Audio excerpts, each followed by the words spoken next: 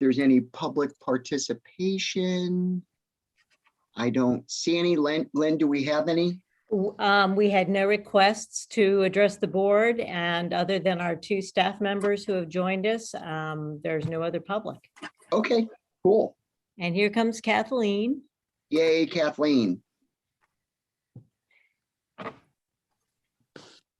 Okay, then we'll need a motion to approve the minutes from the March 2020 regular meeting. I move. I'll second it. I talked to Barb earlier this afternoon. I can't remember the number off the top of my head. I believe it was 18. I failed to put the policy number of the new Anthem plan in Dropbox. There's updated minutes with that information. So just a little side note on that. Thank you, Sarah. You're welcome. Mark, Yes. Harold, Yes. no Tracy, Barb, Yes. Kathleen, Yes. and Sue. Yes. Thank you. And now that you said Tracy's name out loud, I'm thinking, I wonder if she is on spring break this week and she said something and I forgot to write it down. So just putting it out there. Okay. All right. So Lynn, how about we go over some correspondence? Sure thing. So Public Library Fund for the month of April was a little over $90,000 to the county, and our share of that was just over $56,000. The state's fiscal year 2021 tax receipts are a little more than 4% over what their projections were. And when we talk about financials, you know, you'll see where our revenue is coming in healthy at this time. So we're happy about that. Mount Orab Library received a very nice handwritten thank you note. I believe we scanned and put that into Dropbox, but it may not have been available when I sent the packets. It's very brief. I'll just read it. Many thanks and regards to you all. You have been such a faithful and helpful part of our lives since we moved back here, and especially in these tough times. Tomorrow is National Librarian Day. They have a day for everything. So love and blessings, Diane and Jerry Collier. Is that correct, Heather? Collier. So that was very nice. Very nice thank you note. Also, in terms of correspondence, most of what the rest of this is going to be from Ohio Library Council. I believe that we mailed to you your OLC membership cards. If you did not receive those, please let me know, but I think they went out in the board packets with that mailing. A little bit of update on House Bill. Oh my goodness, I put it wrong on your list. It's House Bill 110, not House Bill 100. And it's actually a substitute House Bill now because the House's Finance Committee has done a lot of their work. And an omnibus, you know, everything fit into one pot amendment was made to it. And they did not recommend that the public library fund remain at the 1.7%. What's going to happen is July 1st, it will go back to the 1.66% of the general revenue fund, which is what it is in permanent state law. And a couple of years ago, it was bumped up to 1.7%, and that was temporary law for that particular budget. So we have our work cut out for us to now contact senators. I have drafted something that you all can use and you can share with anyone who might be willing to make contact with our Senator Terry Johnson to help make sure that the Senate does something that helps to keep the public library fund at that 1.7% rather rather than at going back to the 1.66%. A couple of the things that they found were the most troublesome is that the House is also recommending an across the board 2% reduction in the personal income tax, which means that the general revenue fund would be decreased because those taxes would be less going into the general revenue fund. So we're looking at asking them to hold libraries harmless from that drop in the personal income tax. The other misconception, which the Ohio Library Council did a very good job of getting back on the agenda so they could speak directly to the Finance Committee again, was that there seems to be a misunderstanding by a number of legislators that public libraries are directly get some of this, I'm just going to call it stimulus funding. We've had a couple of different rounds of different legislation at the federal level giving out support because of the pandemic. And there is nothing that comes directly to public libraries. There is money that can go straight to other local governments, but not to public libraries. So that's something we've been working hard on educating our legislators about as well. So we still have time. I will send out the draft of the document to you. It's one of those things that gives you some bullet points about topics. You know, we want them to keep the PLF at 1.7%. We want them to hold us harmless from any tax cuts that would impact the general revenue fund, and basically say, you know, we don't get any other kind of pandemic support, and it's really important because we're being asked to do so much that they keep our funding at that 1.7%. So that's a big deal, and that's been a lot of what Ohio Library Council has been communicating over the last weeks, because of course, you know, the budget seems to change every day or every, you know, couple of days as different people provide testimony. One of the other things that's going on is they used to have in the spring, they would hold regional trustee dinners. Obviously, they're not doing that in the, you know, during the pandemic. So they are having virtual town halls, and they've given 4 possible dates for those. They all start at 6 o'clock. They go for an hour. So I would highly encourage you, if any of those dates, May 10th or 13th, the 20th or May 24th would work for you, let us know. We can get you registered. So it would be a Zoom webinar town hall that you could participate in. I haven't chosen a date yet, but I'll be registering for one of those as well. National Library Week was pretty good. I don't know, Heather, I see Heather and Amber on with us. Heather, you got a really special gift from one of our local banks at your library. I don't know if you just want to just say a little bit, something that kind of shows what locally the kind of support, what people think about their libraries. Sure. Actually, every year, Merchant National Bank always gives us some kind of gift basket for a National Library Week. This year, they gave us a bunch of goodies, but they also asked, I guess, if for cash donations from the staff. So they gave us $100 to use towards the summer reading program, just from the staff, which was very, very, very nice of them. Mm-hmm. Yes. Yeah.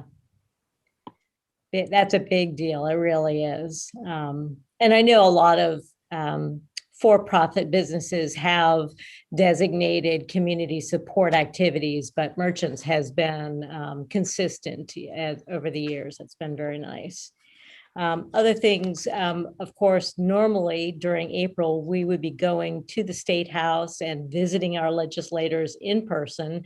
That didn't happen, but OLC did arrange to have the governor and his wife be live with us for about a half an hour, where we talked about everything from quarantining library materials to the Imagination Library support, and then other leaders in the Senate and the House also took, 20-ish minutes on different days to meet and be open to questions from people in the library world. So it was a good way to make sure that our message was being heard and reminding them about all the things that we do. So it was a little bit different than our prior National Library Weeks, but we still made the best use of it that we could. And then the last thing, and I don't know how much any of you pay attention to the health orders coming from the state, but there was one. Yeah, we have to keep an eye on some of them. There was one that came out, I believe it actually was on April 5th or April 6th, that rescinded all of the prior orders and kind of summarized it and brought everything up to date in one document. And then, of course, a day or two later, they came up with some clarifying statements. So there's another, order that adjusted that. But basically, reaffirming the masks, the social distancing, the mass gathering guidelines, and Ohio Library Council is still in negotiations or discussions with the governor's office, waiting for some detailed guidance, because libraries still do not fit neatly into any of the categories of businesses being open. And, there's still some question about how do we really conduct summer reading programs well? Can they give us guidance on quarantining materials that will make it more consistent across the state? Because libraries everywhere are doing very different things when it comes to quarantining materials. So there is another webinar with OLC about this, maybe in 2 weeks. I'd have to look at my calendar, but they do plan on giving us some more guidance. But it's been a lot of information coming and going. We will talk more about quarantining and when we talk about the pandemic. So I'm not going to go into all of that now. But if anyone has any questions about anything. I have a couple of questions. Go ahead. On the House Bill 110, you mentioned the senator, but you didn't mention representative. Yes. Should we contact both? So the message will be a little bit different to the representative, because at this point, the House has actually voted out their amendment to the governor's proposal. So we can still educate, but it's not please at this time you need to vote yes, because they already have kind of done their voting for this round. But you can use that same information to say, actually OLC said, we're very disappointed, that the House did not keep the 1.7%. So I have no problem using that language myself. So yeah, I can give you both contact information for the senator and the representative, but right now the Senate is going into the deliberations where we need them to know and to do it now, to pass it now, rather than waiting until it gets to conference committee and they go back for final vote. We want it going in, pretty stable. Okay, and on the town halls, is the content of all 4 dates the same? It is supposed to be the same. They may have different representatives, or, they usually try to bring a legislator in to give some kind of information. I am happy to send more detailed information if I can get it from OLC's website. And that way, if you, want to hear someone who's closer to our own legislative district, you can choose that way. Okay, thank you. And that's it. Okay, anybody else have any other questions? Nope. Okay, on to the financial report, Ms. Sarah. Thank you. March appropriation summary report. Salaries went down about $1,000. We're at $59,659. Employee fringe benefits went up around $1,000. We're at $13,031. Purchased and contract services February was a big month for that. We went down around $9,000 for March. So we're at 13,910. Library materials and information down around 2,600 from February. So we're at $21,731. Total month to date expenditures, 110,636. Month to date expenditures out of all of our funds was $125,181. Bank reconciliation report. We received $455,000 in the month of March. So woo-hoo, that's awesome. Payments, like I mentioned, 125,236. So bank balance after payments and receipts, $1,089,164. So bank numbers are awesome. Outstanding payment report. I have one outstanding payment for the month of March. It's check number 23308. It is for a Georgetown program. I reached out to Tanya yesterday to maybe reach out to Michael to see if he doesn't have the check or if he's just holding on to the check. So one check open for March. I think that, Sarah, I think that program is not until June or July. Is that correct? That's correct, but he wanted payment early. And so Tanya suggested to just go ahead and take care of that. So maybe he's holding it. I don't know. I haven't heard a word from him. So I'm just curious. So I asked Tanya just to say, hey, did you mean to not cash that? What's the holdup? So general fund cash flow, PLF for March was $65,625. General property tax real estate, we received $378,000. Woohoo, that's awesome. Property tax allocations, the homestead rollback. This isn't something that we normally receive in April, but we got it the last day of March. So I'm including it, which was $9,840. Other receipts around $1,400. So total deposits was $455,244 for the month of March. Total expenditures, $110,636, which leaves our cash balance for the general fund, $895,000. Cash summary by fund report, March expenditures, $125,000. Fund balance, $1,089,164. The March 2021 expenditure reconciliation report, the spreadsheet report, total payments for March, $53,615. The two payrolls for March, one was $30,239. The other one was $28,355.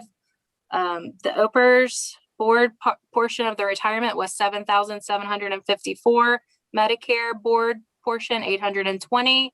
Health insurance, $4,341. The local taxes that I paid for first quarter for total March expenditures of $125,181.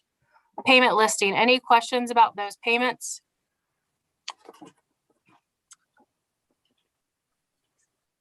All pretty straightforward. I don't see anything that sticks out. Open POs for March, $136,517. I still have about $850 open from 2020. The big one being a Keith Porter PO for work on the drop boxes in Georgetown. We're hoping to have that wrapped up. I believe Len maybe put a timestamp of when school lets out. So I want to get that paid. The last report is the quarterly report that we do at the end of each quarter. Just a comparison from 2013 to 2021. As you can see, our numbers are better than ever. Yay. So far for 3 months, our public library fund is $213,439. So we're up about $13,000 from last year.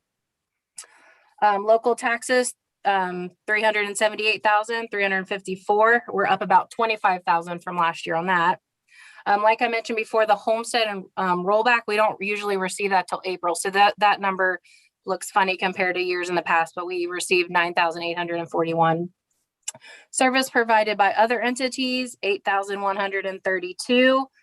That's down about 3,500. And I think that's because last year, Law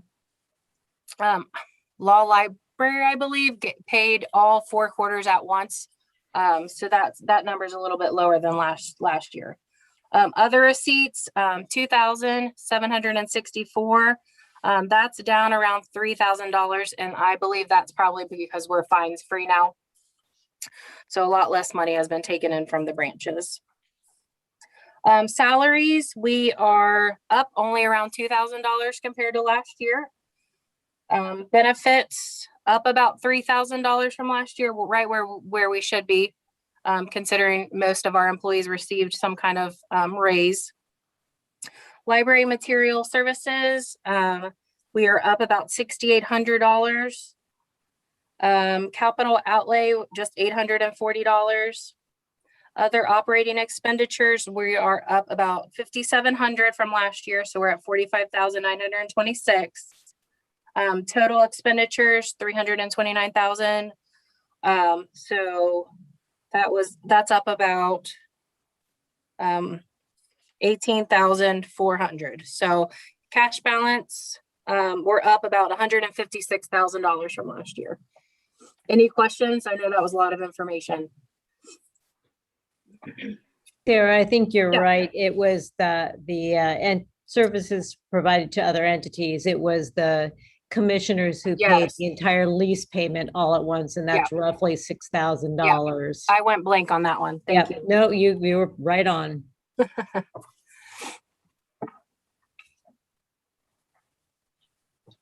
Okay, if there's no further questions, I need a motion to approve. I move. we moved. approve. I'll grab Kathleen and then Sue for second. Okay. Mark, Yes. Harold, Yes. Tracy, Yes. Barb, Yes. Kathleen, Yes. and Sue. Yes. Okay, thank you again, Sarah. On for to all the the information. librarians. I'm sorry.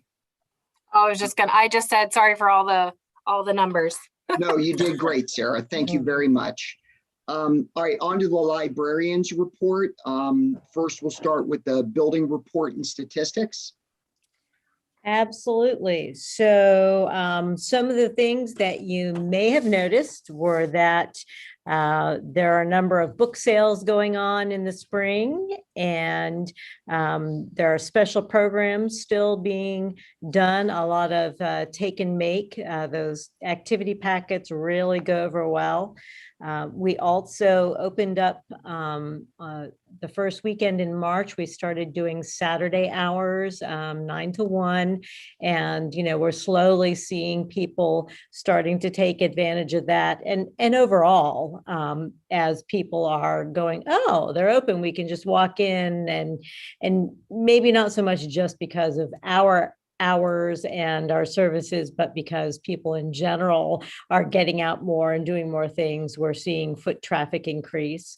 And then, the other additional piece, which came as a separate sheet of paper, was that the Friends of the Fayetteville Perry Library submitted a report to Amber, and we wanted to be sure and share that with you. So you've got actually a really detailed report. But I wonder if there are any questions. We've got 2 managers with us tonight. If you had anything specific to ask about anything going on that I might not be able to address.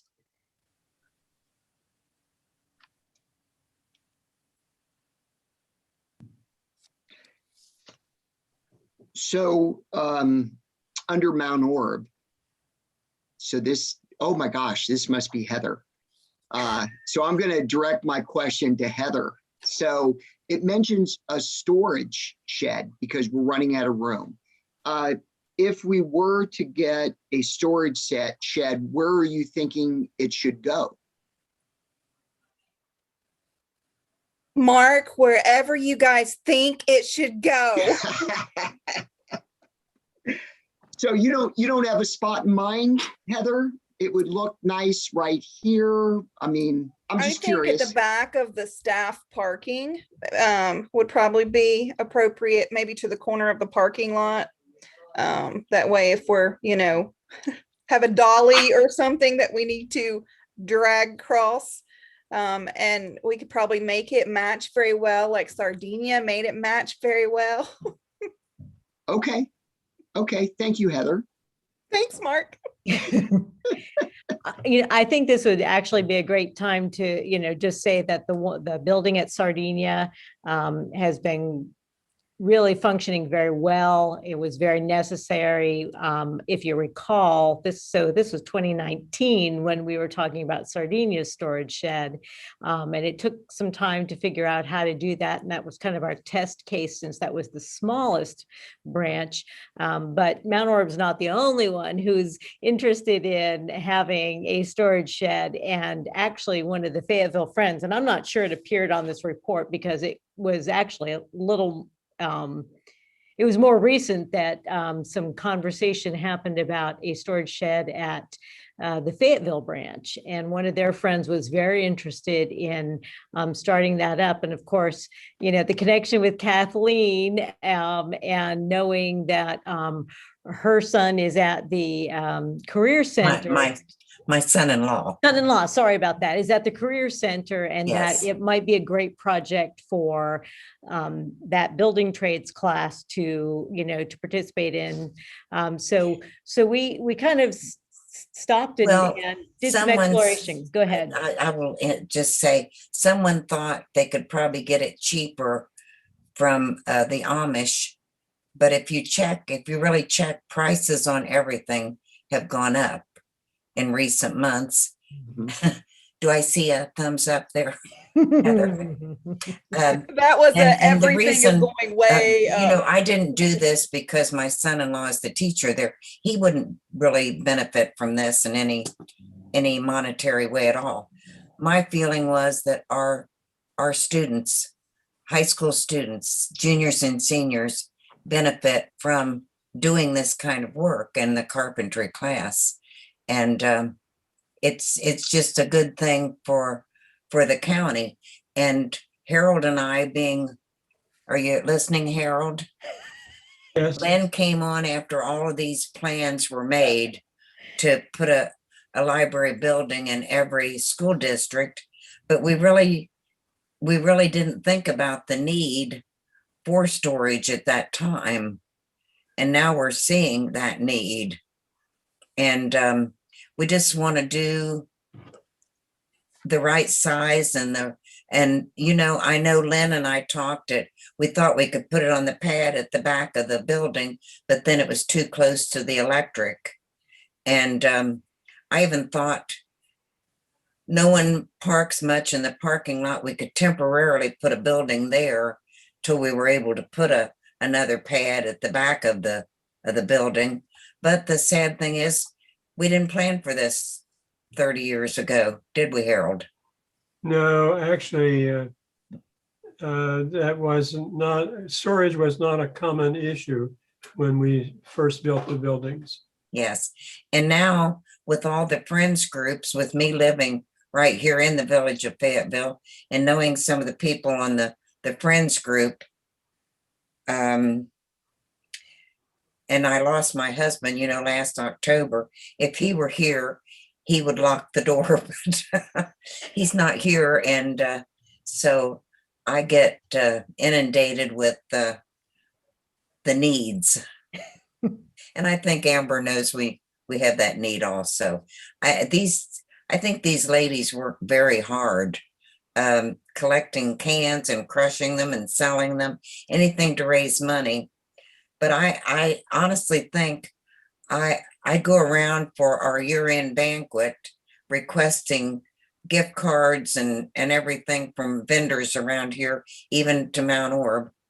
And I think I could almost ask them for a contribution $25, $50. I'd contribute 100. Anything that would help. Mhm.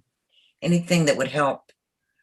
Well, I have to remember, I even had a young man from Mount Orb at the, we haven't had the spaghetti dinner in a long while, but he gave me a Bronco keychain because he said I spent more years in Mount Orb at the school teaching than I ever spent at Fayetteville, which is the truth. Twice as many. Well, more than twice as many. I spent 29 years at Mount Orb. So I'd work for both to get what they need.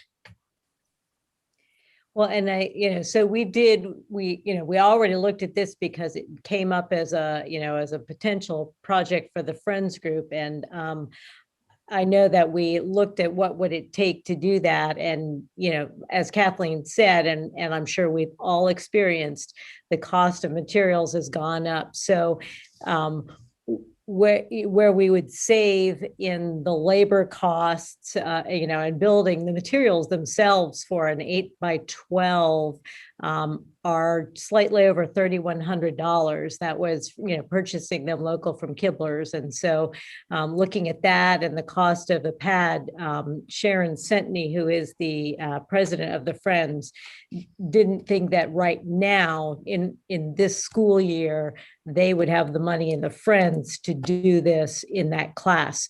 I agree with Kathleen. I think this would be a great partnership. I talked with Kevin Kratzer, who's the superintendent there at the Career Center, and we want to be able to do this kind of thing, but just couldn't get the funding together for this year. So, well, what I thought is when you engage these students in a project like this, you also engage their parents. Mm-hmm.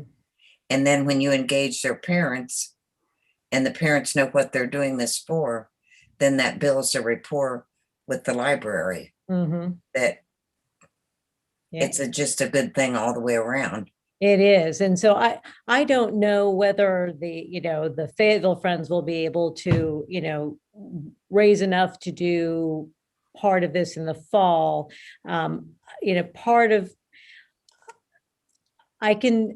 look at both sides of this, and I want to encourage the Friends to support the library, but I also look at it and I think, okay, a storage shed, is that library responsibility, and should we be building that into our budget, and should we be putting forth at least part of the cost? And so, I think that there are ways that we can look at the financing for it. And, while it can't happen this spring in that way, I think that there's potential for it happening in the fall, because I know that Amber's been in conversation with other people in the community who are willing to help fund some projects. So I think that, it's not that far off. And I also am planning I'm already planning next year's budget, because next month you all will have to approve that budget proposal. And my hope is that there can be enough funds in there so that we can at least partially support storage sheds at both of the other buildings. Georgetown's a little bit different because they don't have any land to put one on, and they've got nooks and crannies all over, so we're not so worried about them right now. But Fayetteville and Mount Orb definitely need some storage, even though, and I think Amber and Heather would both attest to this, they hear me say, okay, purge, it's spring cleaning time, get rid of things, get that stuff out of there. And they do regularly in the buildings. They get rid of things that they haven't used. But at the same time, we try to be responsible and reuse things that we've purchased, not purchase them for just one-time uses, but use them again and again until they don't stand up to use anymore. So, there's a balance there. But it has been a good conversation, a big good learning experience for me, in terms of what the Career Center has to do to get this kind of thing in process. And so we'll be ready for something coming later on. Heather says we're frugal. Yeah. Or cheap. I don't know which one or the other. Very frugal. Good stewards of the public funds. That's what we are. Yes. So, but Kathleen, I really, I appreciate your willingness to be the sounding board for people in your community who come to you with not just library things, but all kinds of things, and helping us to make the connections that we need to make this a really good effort, not just for the library, but to impact other people as well. It's Well, really been helpful. As Harold and I both, as former educators, that was my excitement when the library first started in the early 90s. It was just, I've always loved reading.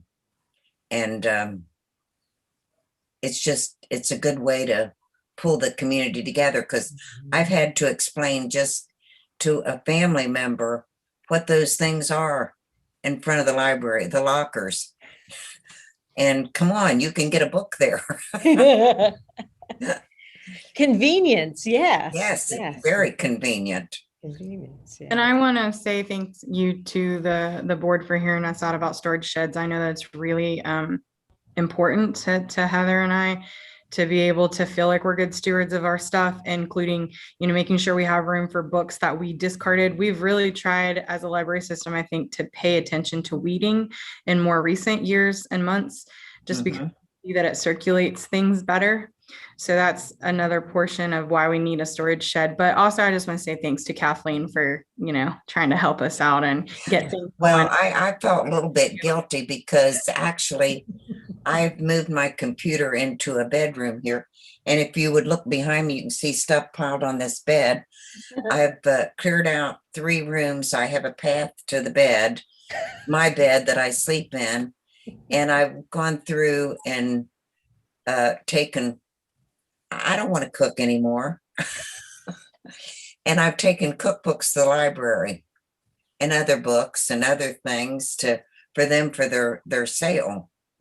So I feel a little guilty when I don't think they have a place to store them before the sale. I perused those cookbooks today, so it's no worries. Okay. You're calling dibs on those. So unless there's anything else about building report information, we can quickly move on to statistics, and I can give you a little rundown on what's going on numbers wise. Generally speaking, we are on track to exceed our circulation from 2020, really. Yes, we were closed how long in 2020, but we are, it's looking good in the first several months. One of the things you might notice is that there are some larger reading numbers, and there will be some for Georgetown next month.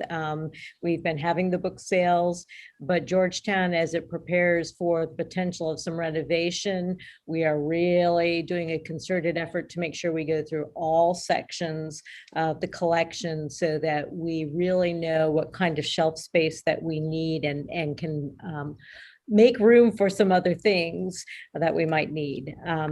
A couple of other things in March, we unlocked the doors early in March and let people come in without appointments, and pretty much are only using appointments now if they're requested or there's some special need, but all others are walk-ins, so people are starting to get used to coming in freely. I have not had any reports yet that we have had any issues maintaining appropriate capacity and social distancing. And, that's something we're keeping an eye on as we continue to offer more programs and the services and the word gets out. So I expect that when schools let out and then summer reading program starts, we'll be looking very closely at what the traffic is like and whether we can continue to meet whatever the health orders and guidelines are under those circumstances. So we'll adjust as needed, just like we always do. Just a note at the very bottom, somehow I left out where it says branch schedules beginning March 6th. All branches are open 9 to 1. Well, that should be 9 to 1 on Saturdays, not just 9 to 1 any day. So sorry about that. I missed that completely.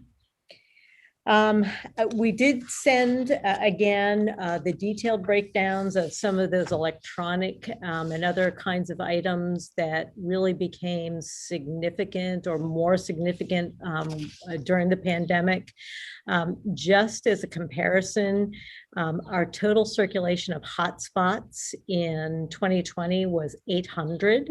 And already we're on track for circulating 1,000 during 2021.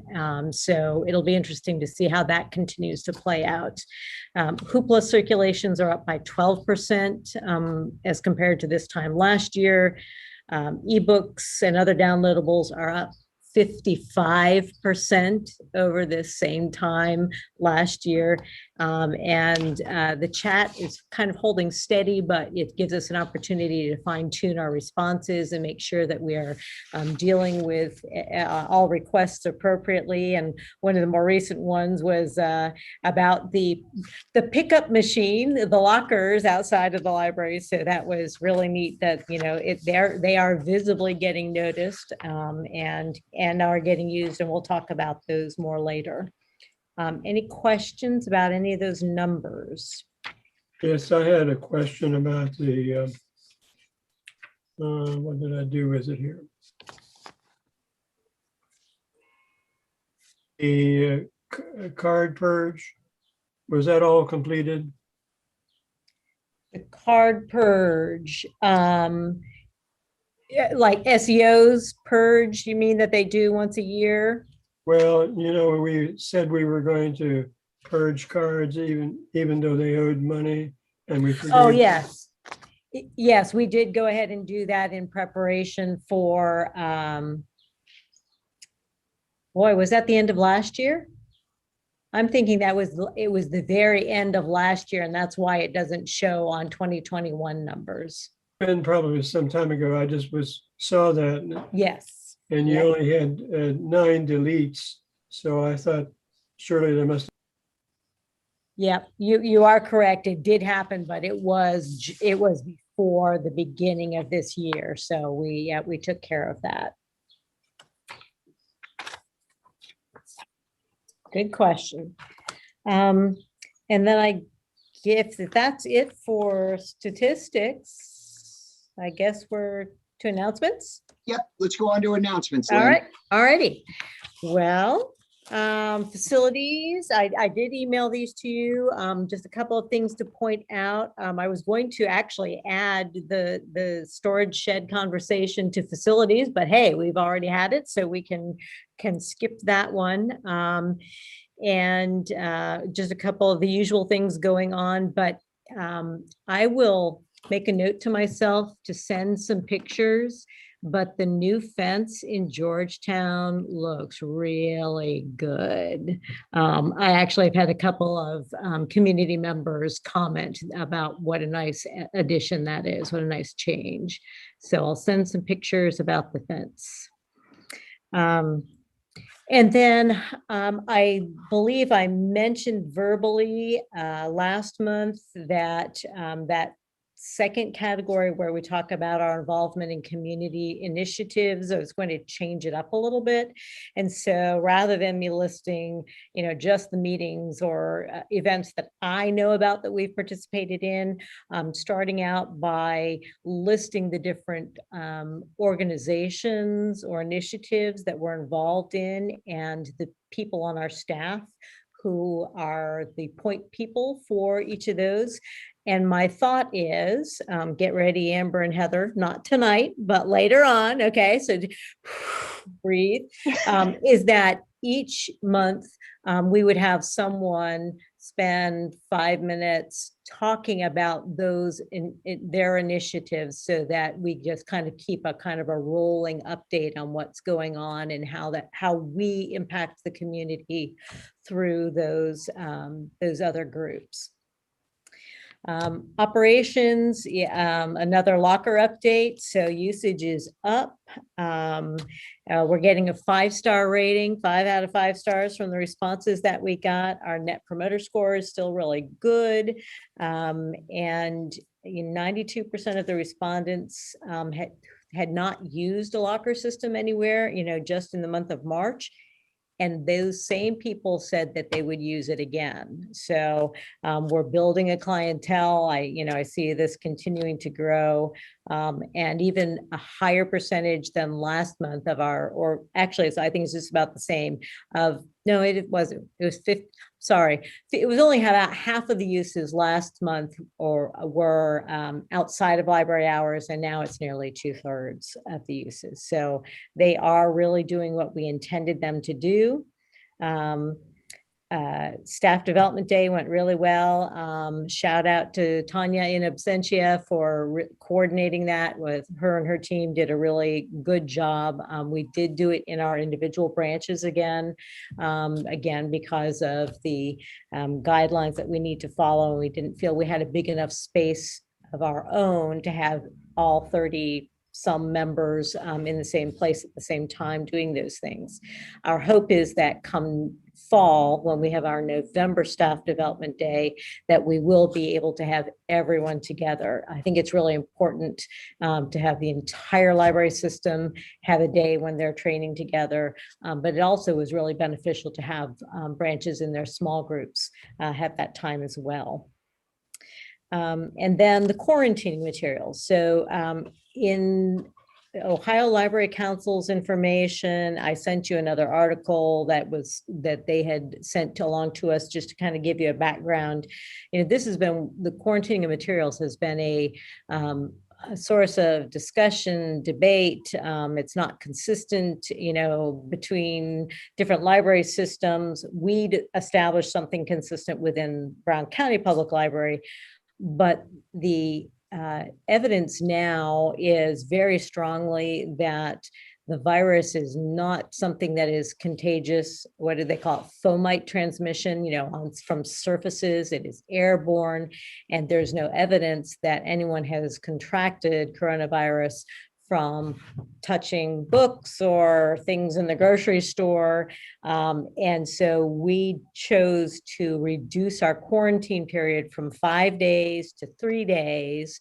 We're still cleaning items before they go back on the shelves, which may be overkill, but we also believe that it is a best practice, in good faith to our clientele, that we're really doing everything we can to make sure that there's, the most minimal risk of coming into the library and using the materials.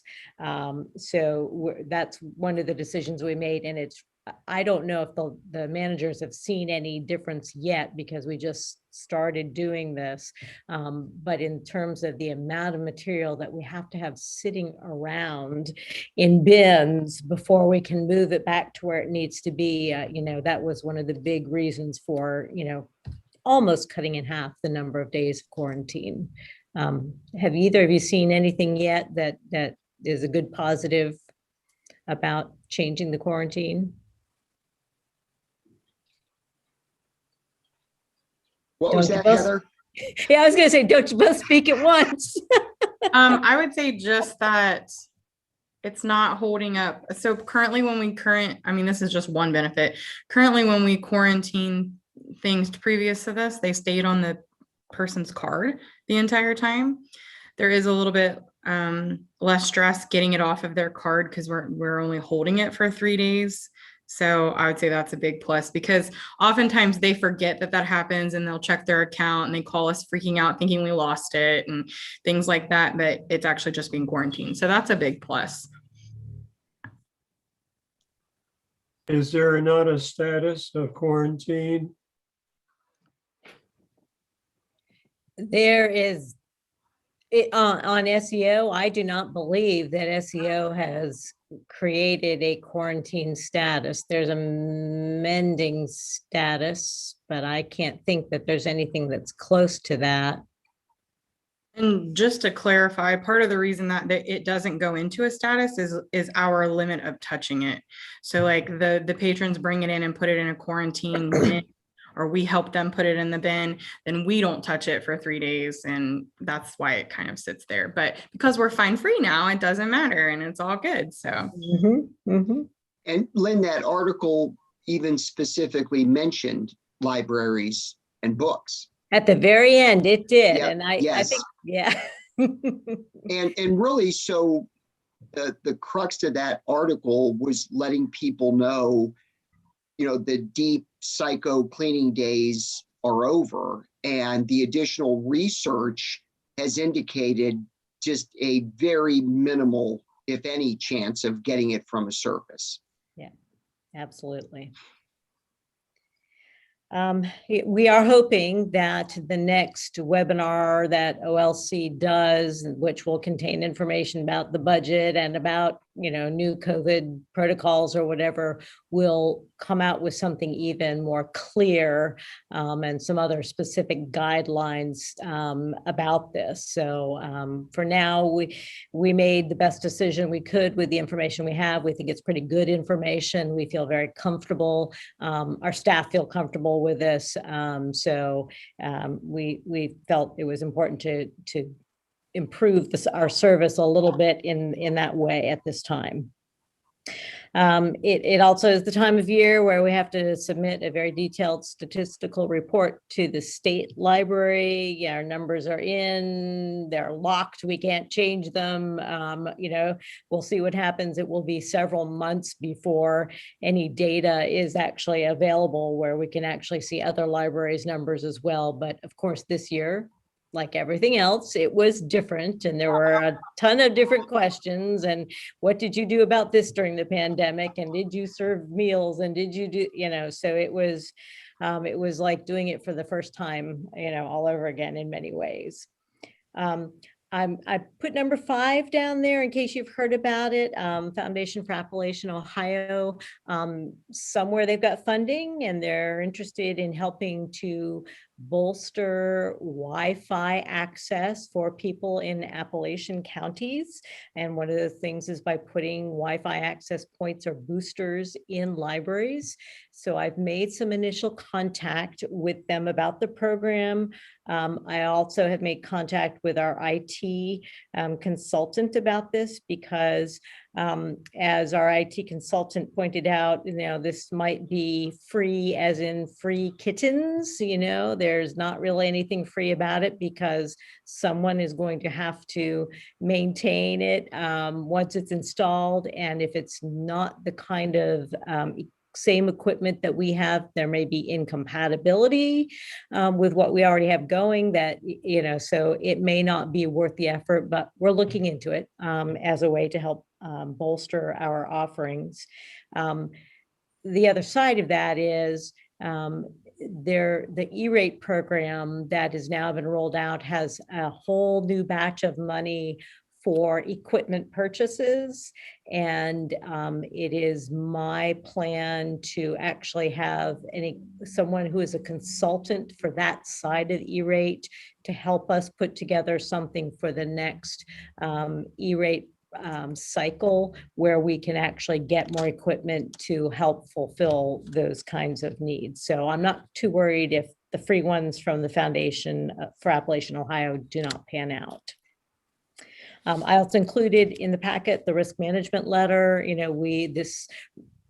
Risk management services are provided as part of our Ohio Plan insurance package because they want us to do everything Mark, I'm talking to the choir here, right? I do everything we possibly can to reduce risk and reduce liability. And so, we go through an assessment. And so we did that. And, we're making progress. Fortunately, they don't expect you to fix everything and do everything all at once, but they want to see that you are making progress and hitting the really significant parts. And we did that when our first assessment happened. And so we're continuing to make progress incrementally. And of course, things change, right, Mark? Things change in the world, and there's always some new hoop to jump. So we just continue to do that. And then just part of, I guess, one of our community things, I had a really nice conversation, a lengthy one actually, with the librarian from Lucas County Law Library because they had some years ago, when I presented at one of the Law Library Association meetings about this partnership we have in Brown County, she had been attending because she said, "You presented, didn't you?" I said, "Yeah, I did. That was some years ago." She said, "Yeah, we're just ready now to start talking about this in Lucas County." So we discussed it, and it's just really neat to see sometimes that, you know, what we're doing here, while it may feel very small, I think it's really, we're doing things that are worthy of others, you know, to kind of take a look at and say, oh, that could work for us. So while we borrow a lot of ideas, we also share when we are able to. So, and I think that's all I've got. Thank you, Lynn. Anybody have any questions? Nope. Okay, moving on to committee reports. Are there currently any committee reports? The answer is no. Thank you, Lynn. Okay, next on the agenda, the Georgetown Facility Project, starting with the Library Design Associates, digitizing blueprints, design meeting May 4th, 2021. Yeah, and actually, we just got a report, the digitization is complete. They'll be returning our paper prints at that meeting, and Heather and Tanya and I will be meeting with 2 of their employees to actually kind of revisit what they found and what we need to do next. And they'll be doing some in-depth measuring, detailed measuring of the facility. So we'll have more data after that. And then on-site prep, which is the weeding and counting shelves. Well, one of the things that, you know, counting shelves, it's not just, okay, we got 1, 2, 3, 4. It's actually looking at the space that your collection will take up. And so we're talking about linear feet. And this is one of the reasons we're doing the weeding up front, is to let's get rid of things we don't need to be considering in that length of books that's on that shelf. So a shelf is considered a full shelf when it is about 2/3 full. So it's really going through and going, oh, you know, we've got 2 completely full shelves here. So we actually have 3 shelves full of books that have to be considered. And that's just a much more accurate way to determine how much space your collections are going to take up versus looking at, you know, going into your database and going, oh, we have 50,000 volumes, and because you don't, you know, oh, is it a, you know, 1/2 inch wide spine? Is it a 3-inch book? You know, so that's kind of what that means, counting shelves. Okay, moving on to the pandemic response. And hey, Lynn, I wanted to share with you just real quick, corporate America update. So Great American just made an announcement a week ago. So we are moving to phase 3, which is May 17th. That means 50% of the employees are allowed back downtown in the office. Then from there, yeah, which is, then from there, August 2nd is the date that they're requiring all employees to return to the office. And, you know, it's probably going to be, and I find this fascinating, and I think we've talked about this before, but they said, you know, if you look at pre-pandemic, the way the office was, you know, everybody there, whatever, they said we're probably never going to return to that setup that we used to had prior to the pandemic, because you're going to be looking at a blend of working from home and working in the office, because, you know, a lot of people have been extremely successful working from home.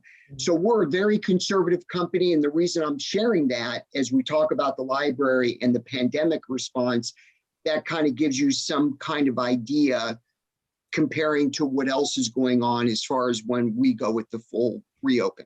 Yeah.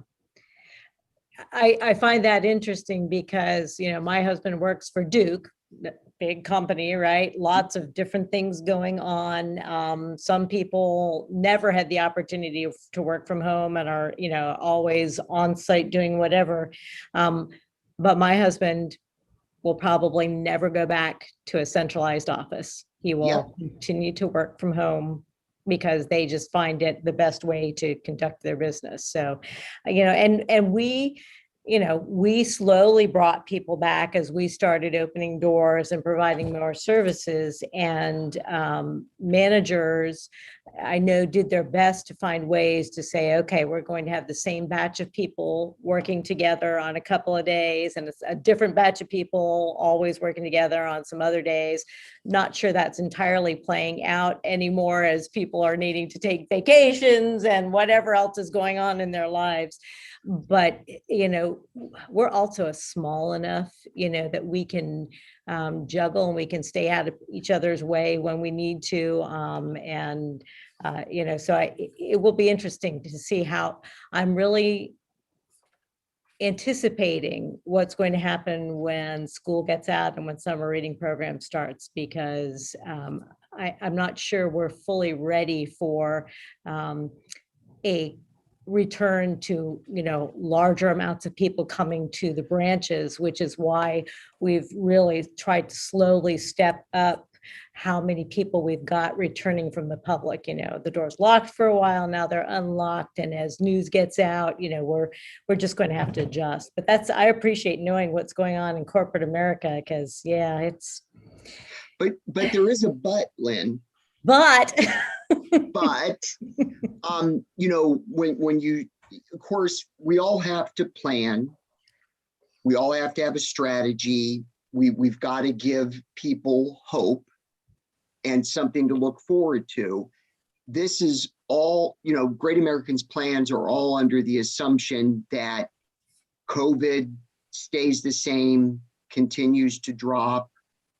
You know, that's under that assumption, you know, because if anything changes, and you know, Michigan is a hot mess right now. I mean, they are getting hammered, and they're just due to the north of us. So just me personally, I'm not convinced we're out of the woodworks yet. But I'm sorry, Lynn, go ahead if you want to proceed with the discussion on pandemic response. Sure.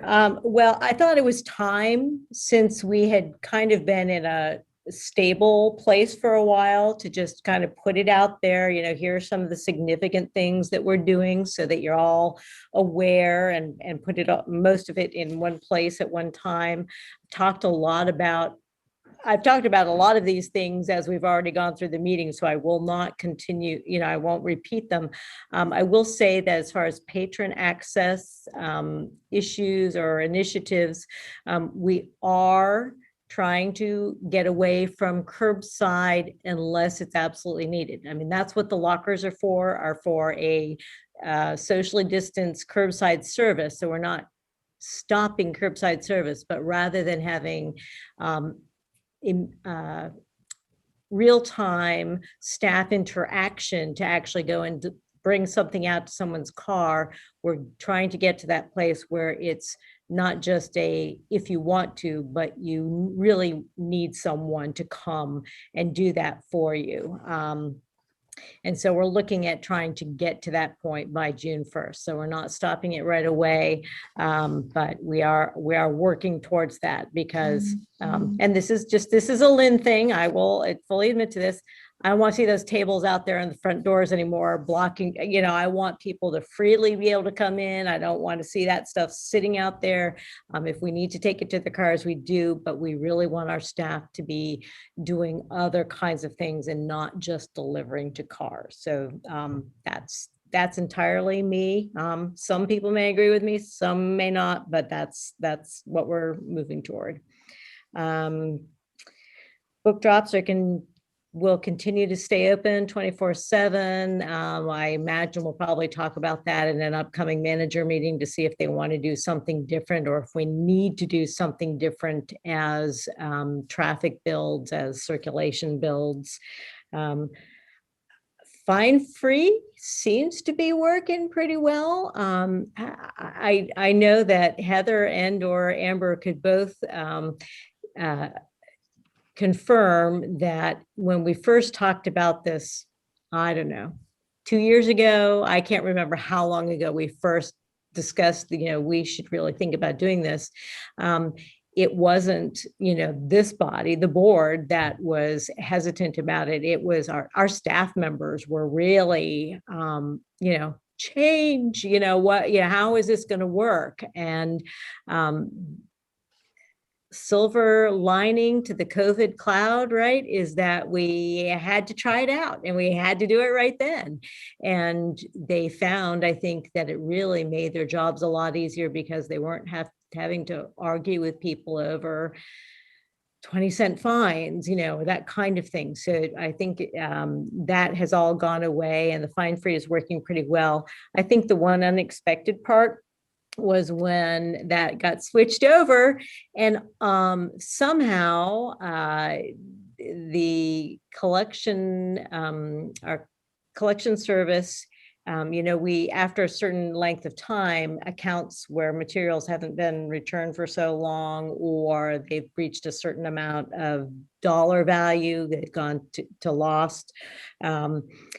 They get pushed into the collection services. And so there was a packet of accounts that slipped through and did that. So when you looked at if you looked at the finances, the revenues, we actually took in some fine money because people paid for things that they had maybe lost. And but I think we've maybe cleared that all out now, and that's all taken care of. So that was an interesting piece that what do you not think about? Well, how did we miss those? Quarantining, we already talked about those things, and the data is right there for you that we used as part of our decision-making process. Staffing, we're still at the same staffing level as I probably talked about last month. We're with everyone back except for, one on furlough. And we are trying to fill our 20-hour vacancy at Georgetown, but if you've paid attention to what the employment scene looks like, it is really difficult to find employees. There are jobs out there. We just are not finding people who seem to be looking for jobs, or at least the ones that, we've got available. And the other thing that has come up is the dress code. Normally, 1st of May, we do something different because of summer reading program. And I'm making a big assumption that, the board is okay with us just tweaking that a little bit this year, because, with all of the cleaning and other kinds of things that we're doing, we've been more relaxed about employee dresses, attire anyway, because of people don't want to ruin their good clothes as they're cleaning books and that kind of thing. So we'd like to continue with the normal summer reading program. What would we do? And we'd wear our summer reading program t-shirts.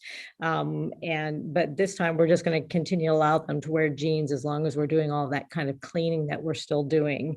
And then we're working on a proposal for adjusting some of the things that are currently in our dress code based upon what employees are finding in this kind of new way to work. So, and then lastly, we keep hearing that there is more of the money from the American Rescue Plan, the latest stimulus cycle coming down to local governments. And so our hope is that the county commissioners, if they get some funding, they may see fit to provide some for us again. And we're putting together our list of things.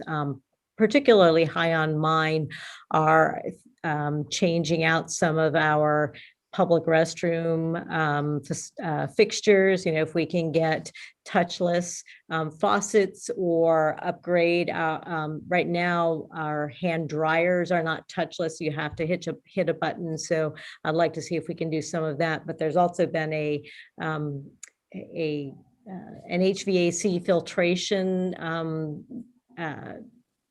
benchmark, I guess, that's been placed, and I don't know anything about it. MERV 13, I think it's called. And, that's something we'll have to look at, does that just mean new, different kinds of filters in our furnaces and our air conditioning? I'm not sure, but I would suspect that would be another place we can use the money in addition to converting our desktop public computers more to Chromebooks so that we can allow people more flexibility in where they're sitting so that we're not so locked into actual physical places to sit in the library. So that kind of gives you a sense of where we are. I don't know, Amber or Heather, if you have anything else that you think is important to point out, or something that's not on the list that we should tell them about what we're doing. What was that, Heather? What did Heather say? You couldn't even hear her head rattle as she was shaking it. I have a couple of questions. Yes. Well, actually, one is a recommendation. Okay. If you change out the hand dryers, get ones that have some heat with them. Because in the summer or in the winter time, your hands freeze while they're drying. Oh, I'm with you. I'm the first one to put on mittens when it gets to be fall, and well, other than the fact it snowed, I still wear gloves outside lots of times. So I'm totally with you on that. I kind of like those. I don't know if it's Dyson or some, those really strong ones. They have some heat to them and they're really quick. Of course, they're really loud too. It sounds like a jet taking off, but. And then my other question was about those staff who are working remotely. What kinds of tasks fit into the remote work? So generally speaking, your administrative staff and your programmers are the ones who are allowed to do certain things remotely. I'm sure that each manager could tell you different things that different people are doing, but program planning, actually recording story times or that kind of thing, if they've got the facilities offsite rather than coming on site to do it. Those are the kinds of things that programmers can do. And I'm sure that, Heather and Amber could fill in other blanks that, I'm not aware of. A lot of actually cataloging kinds of things can be done if they have to be done through the OCLC login or, that kind of thing. So there are some things and ordering, doing collection development, placing orders, building carts, all the kinds of things you can imagine, that we do all kinds of paperwork, which is now electronic paper. And that's one of the good things about the devices that we were able to get is that, people can send me leave requests or whatever else it is. And I can sign things now just with the equipment I've got. We don't have to print things out and pass paper around. Are there any other major categories, Amber or Heather, that you can think of things that people are doing that I can't timesheet? All right. Look at the chat, timesheets, scheduling, community meetings.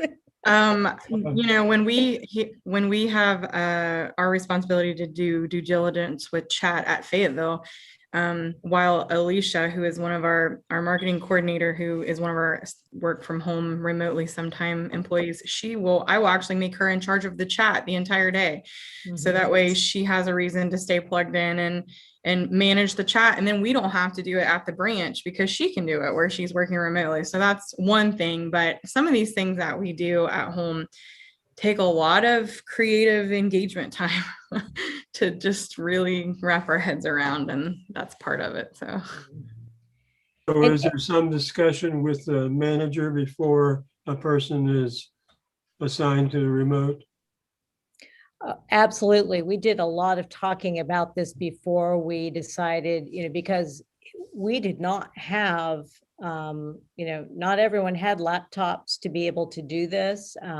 We didn't have people set up with secure ways to access the network from outside of the library building. So we really had to plan for it. And that's how we kind of targeted those categories of employees who had things on a regular basis that could be done elsewhere.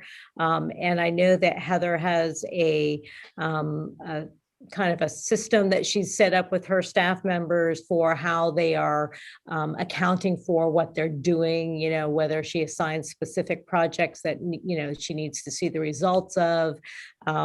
As Amber mentioned, with Alicia, it's, you are doing the chat and Alicia is our marketing person. So she is doing, she's creating graphics, she's reviewing other people's, creations, she's writing stuff. So there are those kinds of things. Now, not everyone who fits into those categories actually has necessarily an environment where it's more conducive to work. I mean, some of you may have experienced that it's, I need to be in the office because at home I've got the husband who's not ever going back to his office, "Oh, what you doing, honey? I'm trying to work. I'm on a webinar. Don't photobomb the managers as, with a funny wig on while we're meeting, and so there are times I would much rather be in the building than be at my home office. And that's something we're taking into account as well is, how can someone be more productive?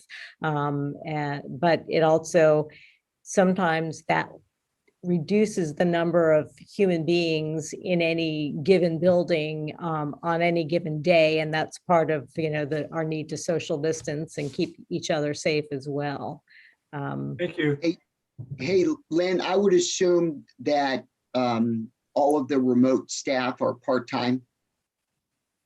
No, actually, most of them are full-time. And so, for example, I'm a 40-hour plus person. And so my goal is to be out of the building at least one full day a week. And sometimes that's because I have to be somewhere else anyway. I've got a 30-hour person who one day a week is an off-site day.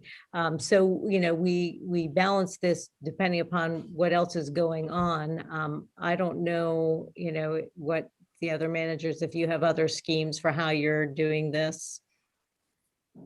At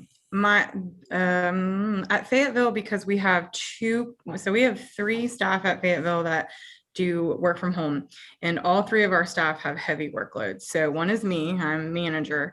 We have one that's marketing coordinator, and we have one that's youth coordinator and our youth librarian.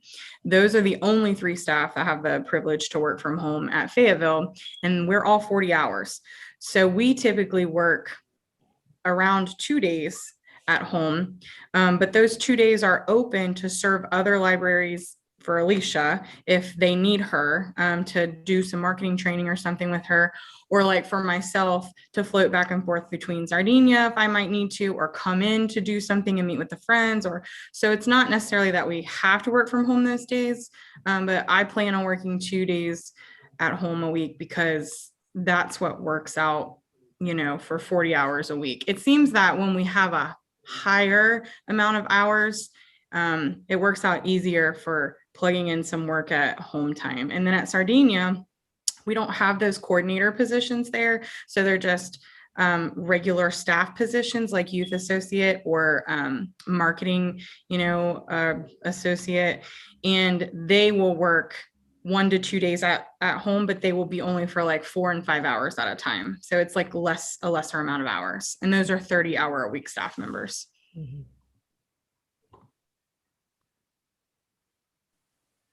So far, I feel as though it's working pretty well. I think that the staff members who, as Amber said, have the privilege of doing it really appreciate being able to do that and are, I know that many years ago. I mean, many years ago, when I was struggling with juggling home responsibilities, had kids at home, and a husband who was off on Air Force duty, out of the state. I asked for permission to spend some time working at home, and you actually you get more done typically in the hourly allotment that you have when you are working under conditions that, that are, I guess, more comfortable or more flexible. At least that's my experience.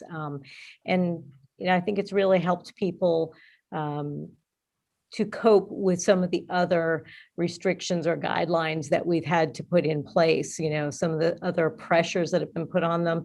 This is a nice way to balance that out too. Lynn, I'm a huge work from home person, never thought I would be. No question, I get more work done at home, no question. I don't have that, well, of course, the 50-minute drive each way, plus the hour lunch. And being an extremely social creature like I am, stopping, talking, being stopped because I know everybody, no question, that I'm getting a lot more done at home. So I'm in full support. Yeah. Yeah, I don't see this this structure of the way that we're doing our jobs changing dramatically in the next several months anyway. As Mars brought up several times, we don't really know how things are going to change. We have plans, but things are just going to look different even as we get back to some pre-pandemic kinds of levels of activity. And we'll just adjust as we need to do that. Hey, did anyone see on social media, this was about 2 weeks ago, it was the Texas Rangers. Did anybody see that picture of Texas Stadium? Texas has opened up the state. Did you see it, Heather? Oh my gosh. So it was a baseball game, Major League Baseball, 40,000 people all packed into a stadium, sitting, right next to each other. Yeah, Heather. And, I wasn't looking for a mask, but you really couldn't see because it was an overview of the stadium. But that was just a shock to see that when we know, we're not out of the woods yet. So yeah, just kind of amazing. Anything more on the pandemic, Miss Lynn? Nope. All right. We're going to move on to number 8. We need a motion to approve the disposal of excess inventory. Move. I'll second. I move.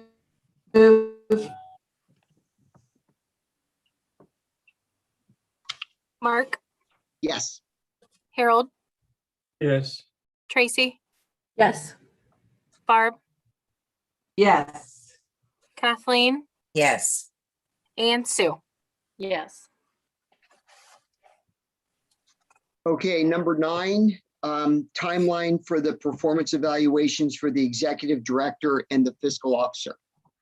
So you may remember that last year it was actually October by the time that we figured out how to, we weren't dealing so much with pandemic things that we actually got to doing that. And normally it had been earlier, it had been June-ish, July-ish. So I don't know if you want to incrementally, gradually get back to that. Maybe do you want to do them both at the same month? Do you want to spread them out, have one of us 1 month, one the next month? My thought was, in order to maintain just about a year's worth of performance, in between them, maybe do them, one of us in August and one of us in September this year. And then next year we bump it up a little and do one in July and one in August, something like that, if we want to try to get there, or we can just go right back to June and July, or we'll leave them in October, or I kind of like having them in the fall, just because you run less opportunity for people to be on vacation in the summer and that kind of thing. I'm flexible though, but that's just my 2 cents. Didn't we run into a Tracy issue last year? She wasn't available. Do you remember? It was probably Tracy, yeah. It was, and we delayed. Yes. So should we revolve the decision-making around Tracy and her schedule? Or someone else can do the writing. No, you're the best, Tracy. Oh, I You know. are the He is best. the best. So, I mean, so would September and October, or do you want to try and do them both at the same time, or? What do Maybe you think, September, Tra- October? Yeah, I was going to ask Tracy what she thought. It doesn't matter to me because I think just as long as we're not like in the June, July, August window, people will be more likely to be around. But I think it makes for a very long night if we try to do 2 in one night. And so maybe splitting them across 2 months, whichever two. I agree. Well, then I would vote September, October. I agree. I'm good with it. That's too. fine with me. Okay, Okay, well, I'll put that on my calendar then to roll those out so that we have the documents and all for September and October. Okay. Thank you, Lynn. Yeah. Okay, number 10, do we have any other business? I have one item. I don't know if anyone else has anything. I did not get this on the agenda, but it's about time to be thinking about trustee term renewal, and it's Harold's that's coming up. And I did have a conversation with him briefly today, and he did express an interest in renewing. So for the record, just so that we have this in our minutes, I'm thinking next month we'll actually put it as an item so that the board can, I have that kind of a support when I go to the commissioners and say the board, said this is what we want to do. So if everybody's okay with that, then I'll kind of proceed with that timeline. Yeah. Good. Sounds good. But that's the only other piece of other business that I have. Okay, anybody else for other business? Yep. Nope. Oh my goodness. Then I think we're done. But we didn't break any records this time, I don't think. Sorry, I talked a long time. Lynn, I just it's looked not- But down still, here. nice job, Mark. I just looked down here and That's what happens when you work from home. Mhm. is that going to be library, a mixed bag? It is, yes. So next month is our first attempt at a hybrid meeting. So we talked about anyone, because we have limited space, do we want to have it open to the people in that locality to get first dibs on actually being there in person? Or do you just want to let me know what you'd like to do? And I could say, oh, I got 3 people who want to be there. We can do 3 people and do it that way. But we are still allowed to do Zoom. We are allowed to do virtual meetings through the end of June. I have not seen anything more come out of the legislature, although I know they were talking about having some permanent changes to public meeting laws to allow this kind of thing. And so I'm sure that will come up in the next OLC live webinar that we have. But yeah, so it's an option. Nobody has to come, but I thought it would be good to provide the opportunity a couple months ahead of time for people to start getting used to or really coming, because I know Karen was very interested in being here in person until she was not able to this month. And I have worked out, as you can see, whoops, wrong button. Sorry about that. I should have zoomed. I have worked out the technology so that the people who are Zooming in will be able to see whoever's sitting around the table. So we've got that going as well. But yeah, it's an option. Okay. I'm gonna I'm gonna offer the what we'll call the home court advantage. So, you know, if you're in Georgetown, maybe the people in Georgetown get first dibs if they want to show up in person. If it's in Mount Orb, you know, maybe the guy that lives 2 minutes away gets the first option. Oh, did I say guy? I meant Oh, yeah. Oh, person. yes, right. But yeah, I'm ready to get back to meetings. You know, no question. You know, following safety protocol, whatever's required. Okay.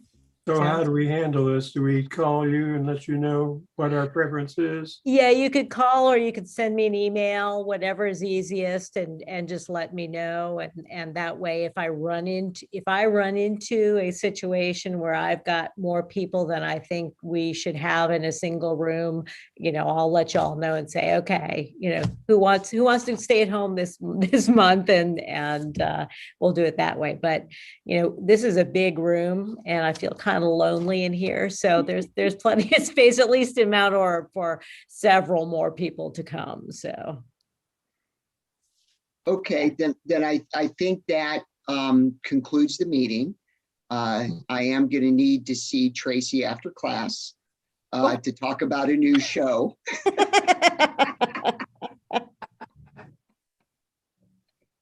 That's funny. All right. That's great. And thank you, Amber and Heather.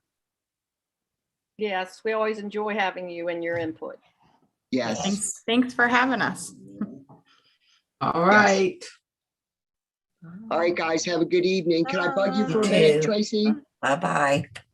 Yeah, I'll Okay. leave the meeting open so you guys can talk, unless you've got some other fancy way to handle that, Tracy.